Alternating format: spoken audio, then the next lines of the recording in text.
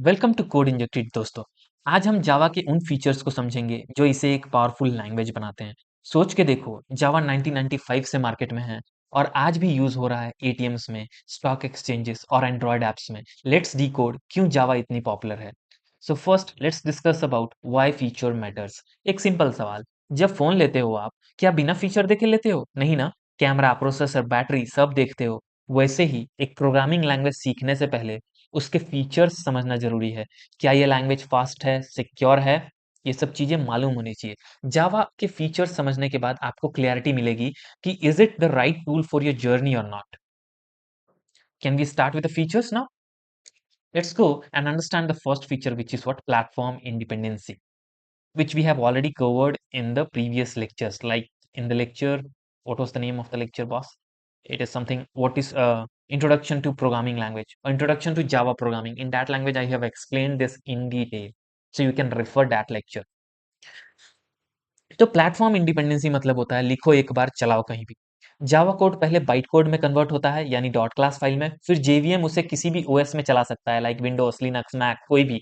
इसीलिए हम कहते हैं राइट वंस, रन एनीवेयर। ओरा, इज इट क्लियर? यह कॉन्सेप्ट हम already what is Java programming lecture में कवर कर चुके हैं।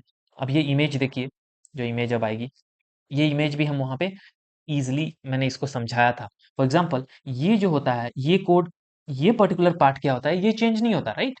ये चेंज नहीं होता, बट ये पार्ट चेंज होता है। फॉर एग्जाम्पल, आपके पास अगर विंडोज है तो आपके मशीन में क्या होता है, जेवीएम विंडोज होता है, फिर तभी रन होता है। ओके, बाइट कोड को ये एग्जीक्यूट करता है। लिनक्स है तो Linux for JVM for Linux, Mac OS है तो जेवीएम फॉर मैक ओएस, ये होना चाहिए। क्लियर? यानी जेवीएम यहाँ पे क्या है, प्लेटफॉर्म डिपेंडेंट है। इसी के वजह से आपका जावा क्या हुआ, प्लेटफॉर्म इंडिपेंडेंट बन पाया। Hope it is making sense, right? अब चलिए एक सिंपल से एग्जांपल से समझते हैं जावा का प्लेटफॉर्म इंडिपेंडेंसी का कॉन्सेप्ट। यूनिवर्सल चार्जर के बारे में मालूम है आपको? गूगल कर लीजिएगा यूनिवर्सल चार्जर क्या होता है, उसकी हेल्प से आप समझ सकते हैं। सो फाइन, सोचो आपके पास एक यूनिवर्सल चार्जर है जो क्या करता है, वो बेसिकली आईफोन हो या सैमसंग हो या कोई भी डिवाइस हो, ओके, जो आईफोन, सैमसंग और किसी भी डिवाइस में प्लग हो सकता है, लेकिन उसके साथ हर डिवाइस के लिए एक अडेप्टर लगता है। एम आई राइट? बस वैसे ही जावा में जो डॉट क्लास फाइल होती है उसे हम यूनिवर्सल चार्जर के जैसा समझ सकते हैं। ये क्या करती है, ये बाइट कोड होती है, एक ऐसा कोड फॉर्मेट जो किसी स्पेसिफिक ओएस के लिए नहीं बना होता। अब अगर आप इस बाइट कोड को विंडोज पे चलाना चाहते हो तो विंडोज, तो वहां पे आपको क्या चाहिए, विंडोज जेवीएम यानी एक काइंड ऑफ अडेप्टर चाहिए। मैक पे चलाना हो तो मैक जेवीएम चाहिए, लिनक्स पे चलाना हो तो लिनक्स जेवीएम चाहिए। हर प्लेटफॉर्म का अपना जेवीएम होता है जो एक अडेप्टर की तरह काम करता है और बाइट कोड को क्या करता है, बाइट कोड को उस ओएस के नेटिव मशीन कोड में कन्वर्ट करता है। और यही है हमारा जावा का magic, write once run anywhere. Means code एक बार लिखो और जेवीएम अडेप्टर के थ्रू हर प्लेटफॉर्म पे बिना कोड बदले चलाओ। वैसे ही क्या होता है हमारा, होता है क्या, सेम वे में ये एनालॉजी है। लाइक एक यूनिवर्सल चार्जर आता है और आपको अडेप्टर, आईफोन का अडेप्टर लीजिए, चार्ज कर लीजिए, उसी यूनिवर्सल चार्जर में प्लग करके सैमसंग के लिए सैमसंग का अडेप्टर चाहिए। तो कंपैरिजन क्लियर है? ये कंपैरिजन आपको मालूम होना चाहिए। इंटरनेट पे जाना, सर्च करना यूनिवर्सल चार्जर क्या होता है, कैसे वर्क करता है, तो ये चीजें और ज्यादा क्लियर होगी। फाइन, अब चलते हैं सेकंड फीचर की बात करते हैं, विच is what, Java is secure. Security की बात अब करेंगे यहाँ पे हम। तो सिक्योरिटी जावा का कोर स्ट्रेंथ है। पॉइंटर्स अलाउड नहीं है, तो कोई डायरेक्ट मेमोरी एक्सेस का रिस्क नहीं है यहाँ पे। बाइट कोड वेरीफाई होता है एग्जीक्यूशन से पहले, इलीगल कोड डिटेक्ट हो जाता है, और सिक्योरिटी मैनेजर और सैंडबॉक्स वेब एप्स में एक्सेस कंट्रोल करते हैं। ऑटोमेटिक मेमोरी मैनेजमेंट भी मिलता है यहाँ पे। इन सब से मिलके बनती है एक सिक्योर इन्वायरमेंट। ओके, ये सब मिलके क्या बनाता है, एक सिक्योर इन्वायरमेंट जहां आप वरी फ्री एप्लीकेशन लिख सकते हो। Is it clear? तो यही पॉइंट्स यहाँ पे मैंने दिए हैं। नो एक्सप्लिसिट पॉइंटर्स, तो डायरेक्ट मेमोरी एक्सेस कर ही नहीं सकता, तो ये एक रिस्क खत्म हो गया मेमोरी करप्शन का या लीक्स का। बाइट कोड वेरीफाई होता है, तो byte code verification before the execution, ये भी हमने देख लिया। तो ये भी एक काइंड ऑफ सिक्योरिटी प्रोवाइड कर रहा है, राइट? वेरीफाई हो रहा है तो। अब सिक्योरिटी मैनेजर एंड सैंडबॉक्स, ये भी हमने देखा। Java can restrict access to files, network and system resources, specially useful in web application, applets, ये फ्यूचर में समझेंगे। और उसके बाद आपको क्या मिलता है, automatic memory management, which helps you to prevent buffer of overflow और dangling pointer bugs. Dangling pointer bugs आप सर्च कर सकते हैं, ये बेसिकली C++ में आता था, तो you can search this things, but यहाँ पे ये सब चीजें नहीं है, इस बात को लेके हैप्पी रहो। अब analogy time I boss, analogy discuss करें और फिर चीजें और क्लियर होगी। तो बेसिकली ये एनालॉजी मैं आपको समझाने जा रहा हूँ। ये चीज तो आपको मालूम ही होगा, गेटेड अपार्टमेंट कॉम्प्लेक्स में कैसे सिक्योरिटी गार्ड काम करते हैं, क्या होता है, क्या चीजें होती हैं वहां पे, चेक होता है। फाइन, इसी से रिलेट करके मैं आपको बताने जा रहा हूँ अब कि जावा कैसे सिक्योरिटी प्रोवाइड करता है। सोच के देखिए, एक गेटेड अपार्टमेंट है, ओके। तो एक गेटेड अपार्टमेंट कॉम्प्लेक्स जो होता है वैसा ही सिस्टम होता है। आप तभी अंदर जा सकते हो जब आप एक वेरीफाइड गेस्ट हो। If you are verified guest you are allowed to enter. बिल्कुल वैसे ही जावा भी एक सिक्योर लैंग्वेज है। यहाँ सिर्फ सेफ बाइट कोड ही सिस्टम के अंदर जा सकता है। हर जावा क्लास को जेवीएम पे चलाने से पहले वेरीफाई किया जाता है। ये वेरीफाई करने वाले सिक्योरिटी गार्ड्स होते हैं, ओके, जिनको हम क्या बोलते हैं, byte code verifier plus security manager. यही ये चीज वेरीफाई करते हैं, यही सिक्योरिटी गार्ड हैं जावा में। इनका काम सिंपल है, इंश्योर करना कि कोई मैलिशियस कोड या अनऑथराइज्ड एक्सेस सिस्टम के अंदर ना घुसे। तो जैसे अपार्टमेंट के अंदर रैंडम लोग नहीं घुस सकते बिना सिक्योरिटी चेक के, जावा में भी अनसेफ कोड बिना वेरीफाई हुए रन नहीं होता। तो हुआ ना जावा सिक्योर, इस लॉजिक से। चीजें क्लियर है? फाइन, आगे बढ़ते हैं, तीसरे फीचर की बात करते हैं। हम बोलते हैं कि जावा रोबस्ट है, राइट। जावा को कहा जाता है एक रोबस्ट लैंग्वेज। बट इसका मतलब क्या होता है बॉस, पहले ये मालूम होना चाहिए आपको। रोबस्ट का मतलब होता है स्ट्रांग, एरर रेसिस्टेंट और less crash prone.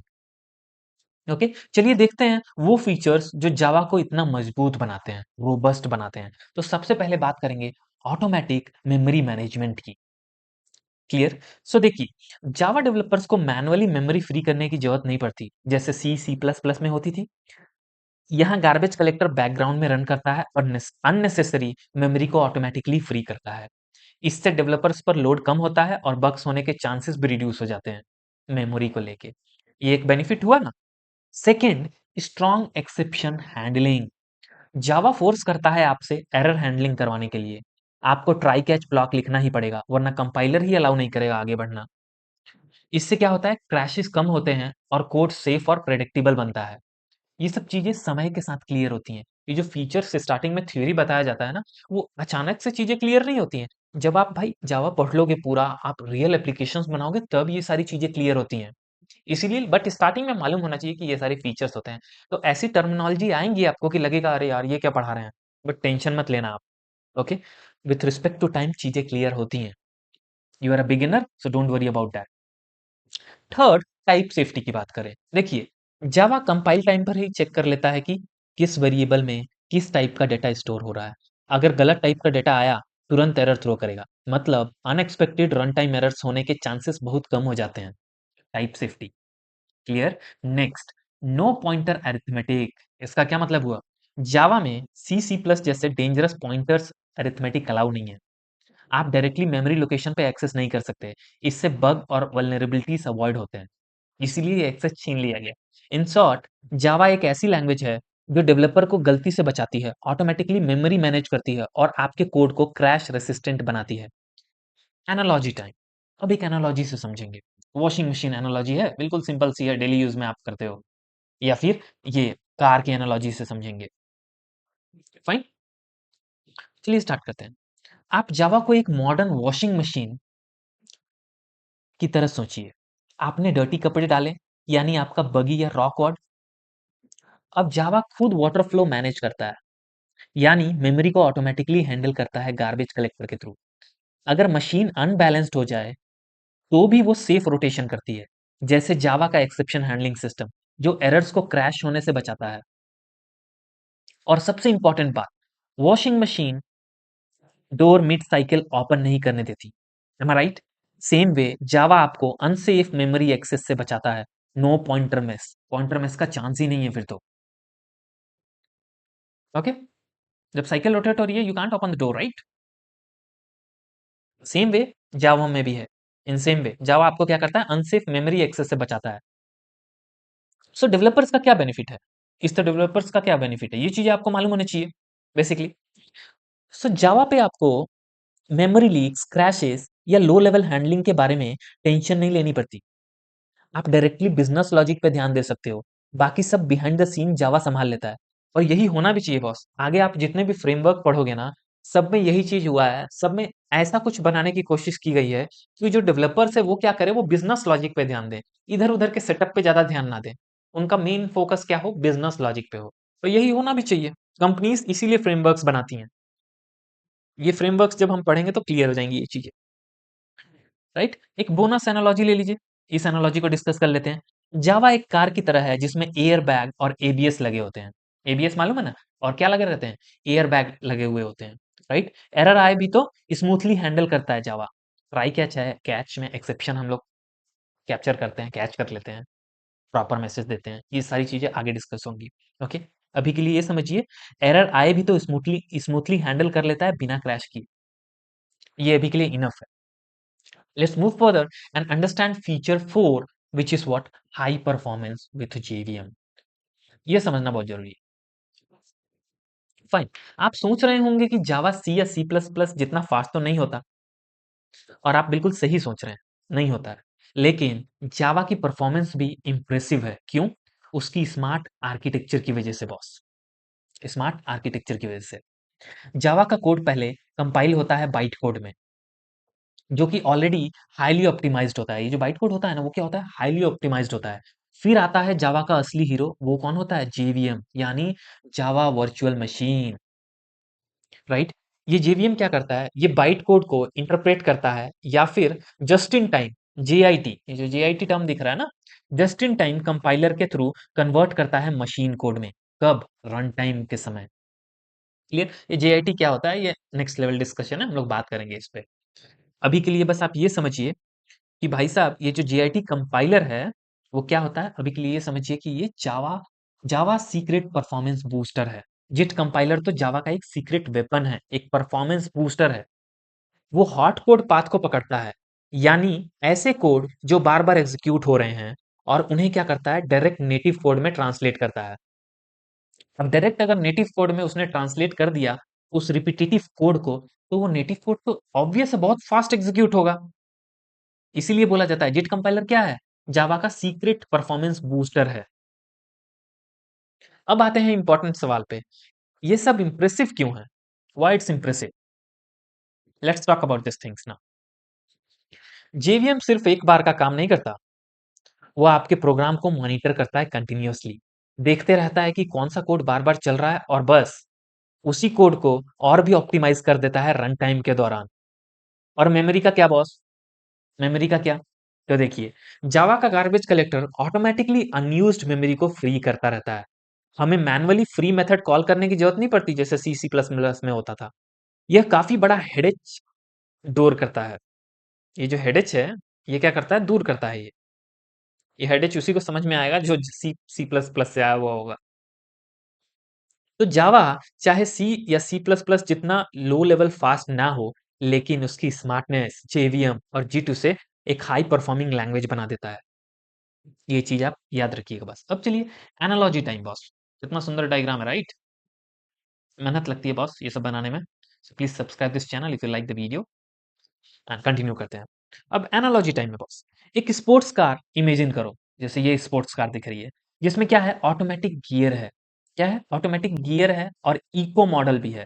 Means eco mode जानते हैं ना? इको मोड होता है कार में। फाइन, इको मोड भी है, फास्ट भी है, स्मार्ट भी है। बस जावा भी वैसे ही स्मार्ट परफॉर्मेंस देता है। ओके, सो जो बेसिकली जेवीएम होता है, उसको आप किससे कंपेयर कर सकते हो? ऑटो गियर बॉक्स से। जिट कंपाइलर को कैसे कर सकते हो? इको मोड से। क्या करेंगे? रियल लाइफ मीनिंग समझते हैं। इमेजिन करो आप एक मॉडर्न कार चला रहे हो, यही कार आप चला रहे हो। लकली मैं तो चाहता हूं आपको ऐसी कार मिले। तो इमेजिन करो आप एक मॉडर्न कार चला रहे हो, उसमें ऑटोमेटिक गियर बॉक्स लगा है।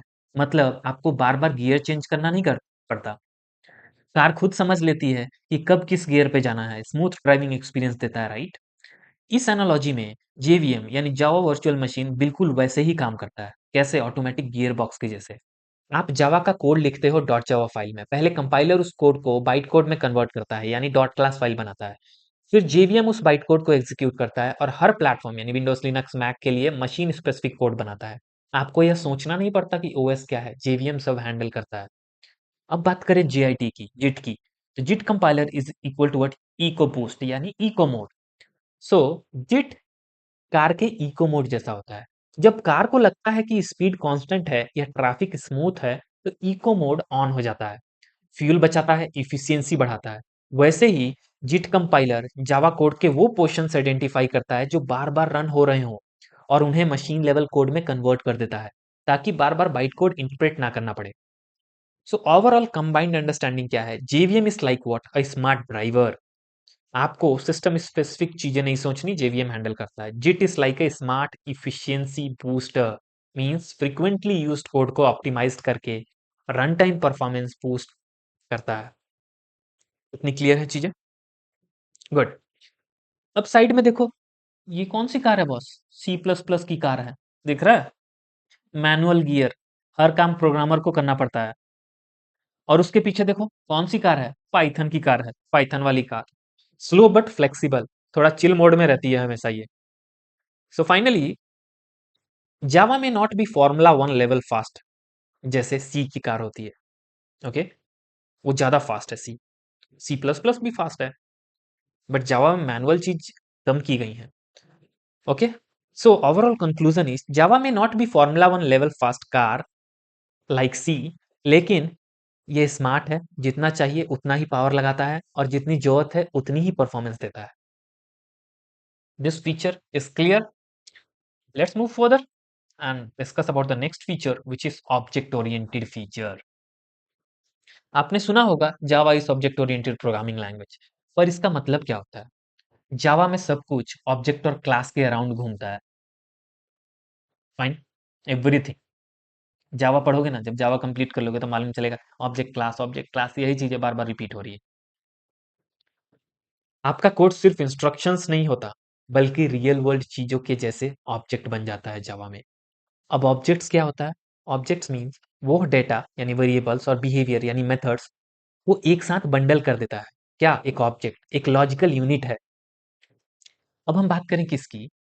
कोर उप कॉन्सेप्ट इन जावा की। फाइन, तो सबसे पहले class and object means blueprint and real world instant. Class क्या है? ब्लूप्रिंट है। ऑब्जेक्ट क्या है? रियल वर्ल्ड इंस्टेंस है। जैसे एक कार क्लास हो सकती है और उसके अलग अलग ऑब्जेक्ट हो सकते हैं, जैसे माई कार, योर कार। ये चीजें टाइम के साथ क्लियर होंगी। नेक्स्ट क्या है concept? Encapsulation.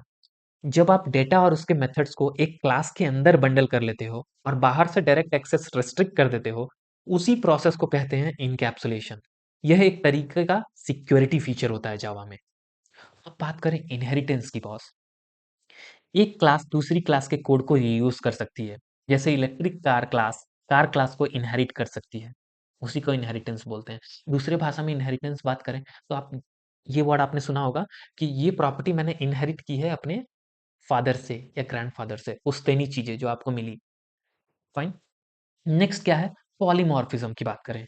Polymorphism means what? एक ही एक्शन मल्टीपल फॉर्म्स। जैसे ड्रॉ मेथड शेप के अकॉर्डिंग अलग अलग बिहेव करता है, राइट? सर्कल के लिए अलग, रेक्टेंगल के लिए अलग। या और भी सिंपल बात करें तो एक वर्ड को बहुत सारी मीनिंग होते हैं, राइट? किस जगह पे वो वर्ड यूज हो रहा है उस हिसाब से उसका मीनिंग बदल जाता है। वही चीज पॉलीमॉर्फिज्म होती है। चीजें क्लियर होंगी in next level discussions. Abstractions की बात करें तो आप ऑब्जेक्ट के व्हाट पे फोकस करते हो, राइट? आप ऑब्जेक्ट के व्हाट पे फोकस करते हो, हाउ पे नहीं। जैसे वॉशिंग मशीन, आपको सिर्फ वॉश बटन दबाना आता है, अंदर क्या लॉजिक है वो छुपा रहता है, उसी को बोला जाता है एब्स्ट्रैक्शन। सेम आप अपनी कार स्टार्ट करते हो, अंदर कैसे स्टार्ट हुआ उससे आपको क्या मतलब है, वही तो है एब्स्ट्रैक्शन। इंटरनल लॉजिक्स जो हम जनरली हाइड करते हैं यूजर से। फॉर एग्जांपल आप एटीएम चले जाते हो, एटीएम पे आप बैलेंस इंक्वायरी का बटन दबाते हो, अंदर क्या लॉजिक एग्जीक्यूट हुआ उससे आपको मतलब है क्या? नहीं मतलब है ना। डेवलपर्स ने क्या किया? एक एब्स्ट्रैक्शन प्रोवाइड किया, आपको सिर्फ यूआई दिखा रहा है, बटन क्लिक करो भाई, पीछे मेरा काम हो रहा है, आपको बस बैलेंस इंक्वायरी करने से मतलब होना चाहिए। Is it clear? Now let's discuss about why it matters. उप का बेनिफिट क्या है? देखिए, उप का बेनिफिट्स कुछ डिस्कस कर लेते हैं, फिर नेक्स्ट आगे बढ़ेंगे। उप का बेनिफिट क्या है? जावा कोड बन जाता है modular, reusable and easier to maintain. आप रियल वर्ल्ड टर्म्स में सोचने लगते हो, जैसे कॉम्प्लेक्स सिस्टम्स बनाना इजी हो जाता है। अगर आप ऐसा थिंकिंग करेंगे ना रियल वर्ल्ड से रिलेट करके, तो आप कॉम्प्लेक्स चीजें इजिली बना लेंगे, कॉम्प्लेक्स सिस्टम। और सबसे इंपॉर्टेंट जावा के उप नेचर की वजह से ही वो इंटरप्राइज लेवल एप्लीकेशन में इतना ज्यादा यूज होता है। अब वक्त है एनालॉजी समझने का बॉस। लीगो ब्लॉक के बारे में मालूम है? अरे ब्लॉक्स नहीं आते हैं जिसको मिला मिला के हम कुछ बनाते हैं, लीगो ब्लॉक्स। इंटरनेट कर लेना, ओके, सर्च कर सकते हैं। सोच के देखो, आपके पास एक लीगो सेट है। एक क्या है आपके पास? लीगो सेट है। आपके पास एक लीगो सेट है, अलग अलग साइज, शेप और कलर के ब्लॉक्स हैं आपके पास। अब अगर आप एक कार बनाना चाहते हो तो आप व्हील्स के लिए अलग ब्लॉक यूज करोगे, बॉडी के लिए अलग ब्लॉक यूज करोगे, ओके, और कार की विंडोज के लिए कुछ और यूज करोगे। अब मजे की बात क्या है यहाँ पे, ये सब ब्लॉक्स क्या होते हैं? मॉड्यूलर होते हैं। चाहे आप कार बनाओ या प्लेन, व्हील्स का ब्लॉक बार बार रीयूज कर सकते हो। एम आई राइट? जिसको मालूम होगा ये लीगो ब्लॉक्स के बारे में वो रिलेट कर पा रहा होगा। अगर एक ब्लॉक खराब हो गया तो सिर्फ उस ब्लॉक को चेंज करने की जरूरत है, पूरा सिस्टम नहीं बदलना है, पूरा सिस्टम नहीं तोड़ना पड़ता उसके चलते। तो जावा उप के कॉन्सेप्ट में इसका मतलब क्या हुआ वो समझते हैं। जावा में ऑब्जेक्ट ओरिएंटेड प्रोग्रामिंग एकदम वैसे ही काम करता है जैसे लीगो ब्लॉक काम करता है। आप अपने कोड को क्लासेस के फॉर्म में यानी लीगो ब्लॉक्स में डिवाइड करते हैं। हर क्लास एक स्पेसिफिक काम करती है, लाइक व्हील ब्लॉक या इंजन ब्लॉक। और जब आप कोई एप्लीकेशन बनाते हो तो उन क्लासेस को कनेक्ट करके एक पूरा सिस्टम बना लेते हो। Why this analogy is powerful? क्यों? इस एनालॉजी से हम क्या समझते हैं? मॉड्यूलर डिजाइन के बारे में, रियूजेबिलिटी के बारे में, स्केलेबिलिटी के बारे में। लाइक कैसे समझते हैं मॉड्यूलर डिजाइन के बारे में? देखिए, कोड को छोटे छोटे पीसेस में लिखते हो। अगर आपको लीगो ब्लॉक्स मालूम है तो अगर यही फॉलो करोगे तो आप क्या करोगे, ये प्रैक्टिस फॉलो करने लगोगे तो आप मॉड्यूलर डिजाइन बनाओगे, यानी कोड को छोटे छोटे पीसेस में लिखोगे। रियूजेबिलिटी यानी एक बार लिखी हुई क्लास बार बार यूज हो सकती है। स्केलेबिलिटी यानी नए फीचर्स ऐड करना ईजी हो जाता है, बस नए ब्लॉक्स जोड़ दो। तो जावा में क्लासेस बिल्कुल लीगो ब्लॉक्स जैसे हैं।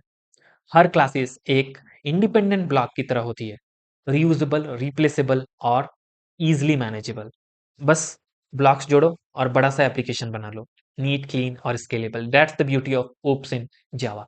होप ये चीज क्लियर हो। बस एक चीज के लिए सॉरी बोलूंगा, देखिए मैं नहीं जानता इसका प्रोनाउंसिएशन प्रॉपर क्या होता है, मैं तो लीगो ही पढ़ रहा हूँ, बट मे बी कुछ और हो, तो उसके लिए प्लीज कमेंट में ना बोलें कुछ। आगे बढ़ते हैं, अब डिस्कस करते हैं next feature which is what? Rich API and libraries. बात करें इस पे, फाइन। आइए बात करते हैं जावा के एक ऐसे फीचर्स की जो डेवलपमेंट को सुपर फास्ट और सुपर इजी बना देता है। Feature number 6 which is what? Rich API and libraries. So सबसे पहले जावा के पास है एक बड़ा लाइब्रेरी का खजाना, जिसे हम कहते हैं एपीआईज यानी एप्लीकेशन प्रोग्रामिंग इंटरफेसेस। ये एपीआई ऑलरेडी रेडीमेड टूल्स की तरह होती है जो आपको पावरफुल एप्लीकेशंस बनाने में हेल्प करती है, बिना स्क्रैच से कुछ लिखे हुए। फॉर एग्जाम्पल, अगर आपका पर्पस क्या है, आपको अगर फाइल रीड और राइट करनी है तो आप क्या यूज कर सकते हो? ये API Java dot IO package, इसके अंदर क्लासेस इंटरफेसेस है, उसका यूज कर सकते हो। आपको नेटवर्किंग करनी है, नेटवर्किंग रिलेटेड काम करना है, तो आप यूज कर सकते हो क्या? जावा डॉट नेट पैकेज है सब, ओके फाइन। अगर आपको collections like list, set, map handle करनी है तो आप यूज कर सकते हो जावा डॉट यूटेल। अगर आपको डेटाबेसिस से बात करनी है तो आप यूज कर सकते हो जावा डॉट सीक्वल। और अगर आप जीयूआई डेस्कटॉप एप्स बनाना चाहते हो तो आप यूज कर सकते हो जावा एक्स डॉट स्विंग। क्लियर? मतलब जावा के पास हर काम के लिए एक एपीआई है। एपीआई बोले तो ऐसा समझिए, अभी के लिए ये समझिए कि उसके पास मेथड्स हैं, फंक्शनैलिटी ऑलरेडी है, आप उस फंक्शनैलिटी को यूज कर सकते हो। उस तरीके से अभी के लिए समझो, आगे ये चीजें डिटेल में बताऊंगा। तो क्या फायदा है इन एपीआईज का? नेक्स्ट क्वेश्चन तो यही आता है राइट, कि फायदा क्या है इस एपीआईज का? ओके बॉस, मैं जानता हूँ एपीआईज हैं, बट इससे मुझे क्या मिले? ये एपीआईज टाइम सेव करती हैं, आपको हर फंक्शन खुद से लिखने की जरूरत नहीं है, ऑलरेडी है, यूज करो उसको। ये टेस्टेड और रिलायबल होती हैं क्योंकि इन्हें जावा के कम्युनिटी ने टेस्ट किया है, उन्हीं ने प्रोवाइड किया है ये, और प्रोडक्शंस में बार बार यूज हुआ है। सबसे इंपॉर्टेंट, ये आपके कोड को बनाती है रीयूजेबल और मेंटेनेबल, एक बार लिखो बार बार काम आए। तो जावा के ये बिल्ट इन एपीआईज हैं उसके रियल स्ट्रेंथ, जो उसे बनाती है एक developer friendly language. This things are clear, we have already discussed each and every point है। Fine, let's move further and understand the analogy. तो यहाँ पे हम समझेंगे किचन एनालॉजी, इसको रिलेट करेंगे रिच लाइब्रेरी इन जावा से। सोच के देखो, आप एक शेफ हो और आपके पास एक फुली लोडेड किचन है, ये किचन है, ओके, आपके आपका खुद का किचन है, कितना सुंदर है राइट। तो ये फुली लोडेड किचन है, सब चीज है यहाँ पे। सेल्फ्स पे हर तरह के मसाले हैं, जैसे नमक, मिर्ची, हल्दी, ऑर्गेनो, सॉसेस, सब कुछ है। और हर ड्रॉर में टूल्स हैं, जैसे नाइफ्स हो गया, mixer, oven, cooker, tongs, grill, juicer, everything readymade पड़ा हुआ है। अब अब जब आपको कोई डिश बनानी हो, तो आपको स्क्रैच से कुछ बनाने की ज़रूरत नहीं। बस जो चाहिए रेडी शेल्फ से उठाओ और बना लो। जावा में इसका मतलब क्या है? जावा में इसका क्या मतलब हुआ?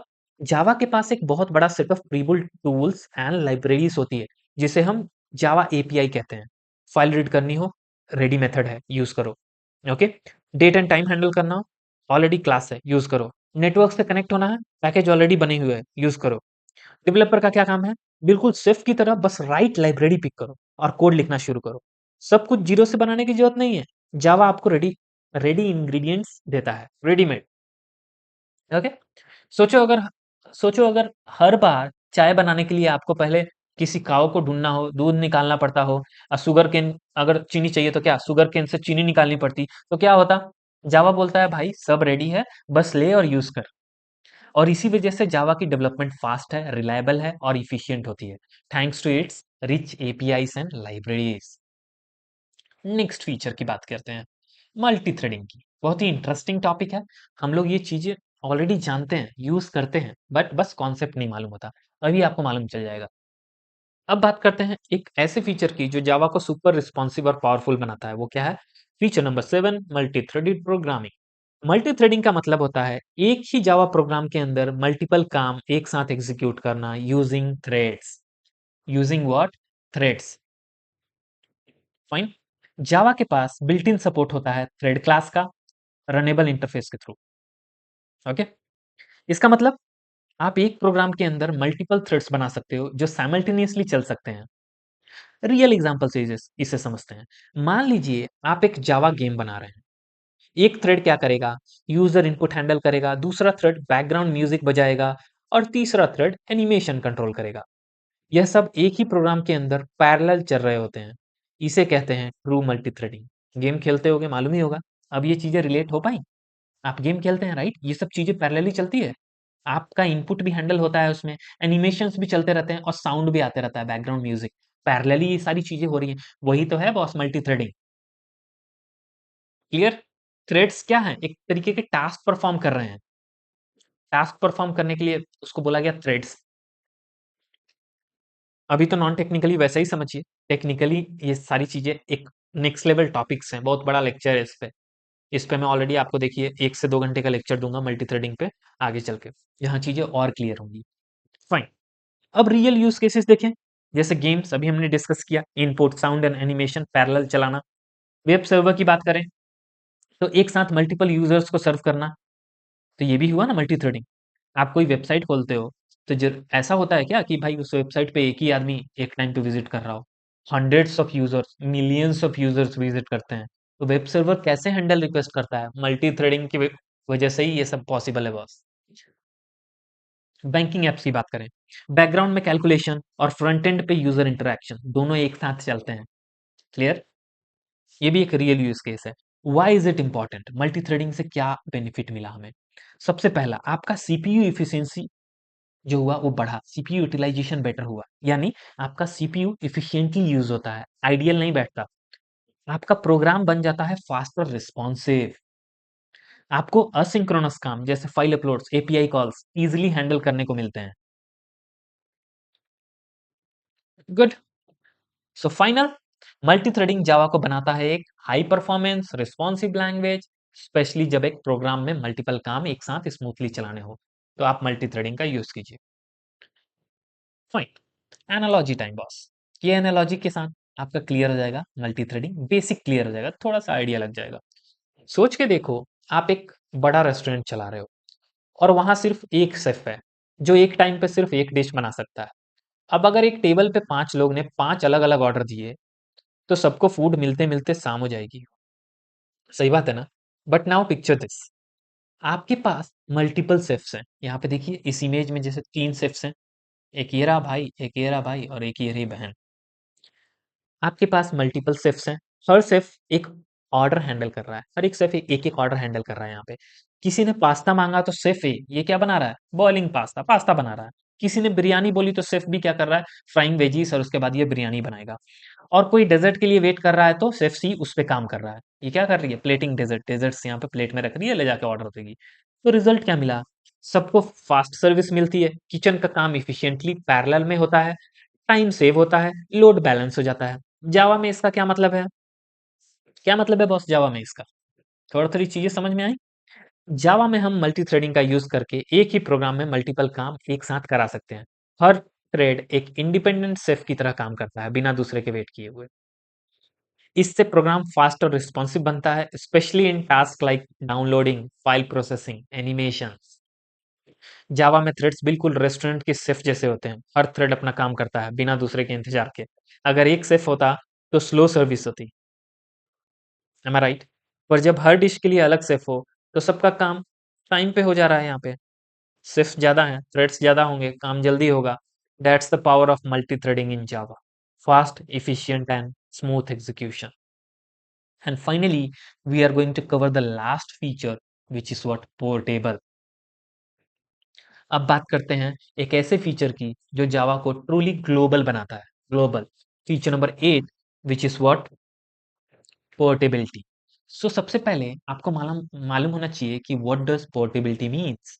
आपने एक बार जावा कोड लिखा और फिर चाहे आप विंडोज, मैक या लिनक्स पे रन करो, कोड हर जगह सेम तरीके से चलेगा बिना रीराइट किए। एम आई राइट। जावा का फंडा ही ऐसा है, write once run anywhere and actually it works. इसलिए तो पोर्टेबल बोला गया है इसको। हाउ जावा अचीव पोर्टेबिलिटी, ये तीन चीज है। अगर ये क्लियर है तो ये पॉइंट क्लियर है पोर्टेबल का, किसी को भी एक्सप्लेन एक्सप्लेन कर सकते हैं आप। तो देख लेते हैं, ये पहला पॉइंट है compiled into byte codes. Java code को डायरेक्टली मशीन कोड में कन्वर्ट नहीं किया जाता, उसे कंपाइल किया जाता है डॉट क्लास यानी बाइट कोड में, जो प्लेटफॉर्म इंडिपेंडेंट होता है। Runs on JVM, second point.